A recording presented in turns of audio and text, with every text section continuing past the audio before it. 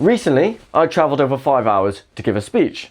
When I got there, they decided that they didn't want me giving a speech because of my previous speech at the Britain First rally, where I had said not everyone could be British any more than a man can become a woman simply by wishing it so. What I'm going to do is I've got the speech here, and I'm going to read it out to you. So the speech is about digital ID.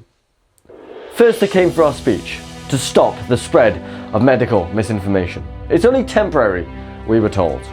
Then they came for our right to protest because Just Stop Oil blocked roads. Temporary. Then they came for our privacy in the name of online safety and protecting children. Then they came for our autonomy because of immigration. Each time they took a right away for our benefit, it was sold as a temporary solution. But we have learned the lesson of history.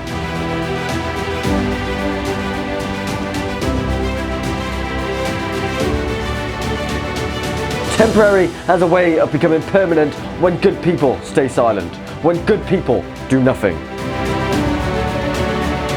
If you allow the government to break the law because of an emergency, they will create an emergency to break the law.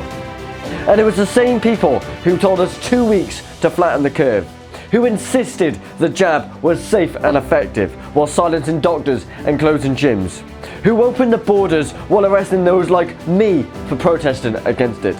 These are the same people now telling us that dissent is hate, that biology is bigotry, and that questioning power is extremism. Enough. We will not comply our way out of tyranny. We will not be polite in the face of our own dispossession. We will not wait for permission to speak, to assemble, or to live as free men and women. This is our country, these are our rights, and we are taking them back.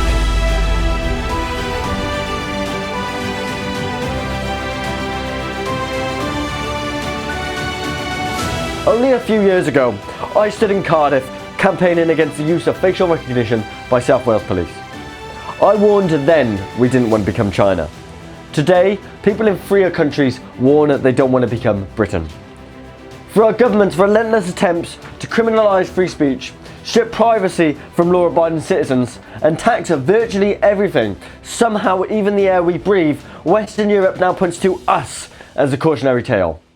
We have become a blueprint for how to dismantle democracy from within.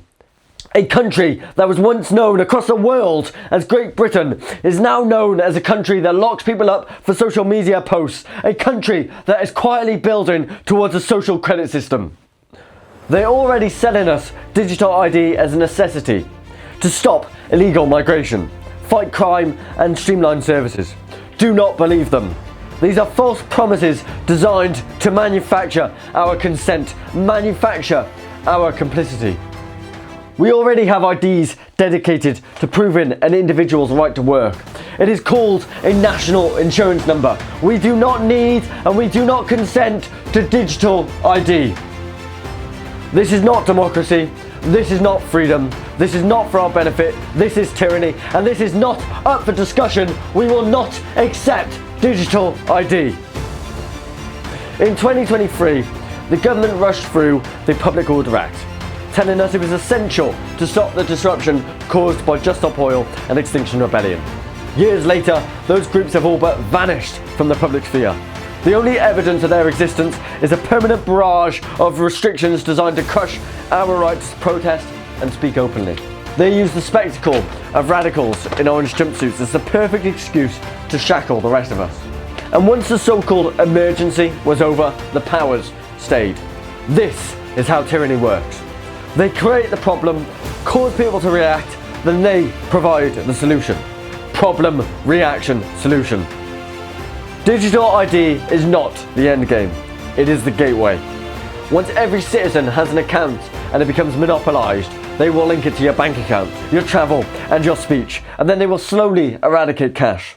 Your very ability to buy food or fuel will rest on this card. In China, they call it the social credit system. In Britain, they call it digital ID. Same thing, different branding. I refuse to live in a country where a mother cannot buy groceries without proving her political loyalties to an algorithm. I refuse to live in a country where a father cannot drive his children to school without the government monitoring his carbon footprint. I refuse to live in a country where your smartphone becomes your jailer and your face becomes your prison number. Our ancestors fought so we could be free. We owe them our loyalty and our descendants a future we must fight for our children, for our grandchildren, for Britain!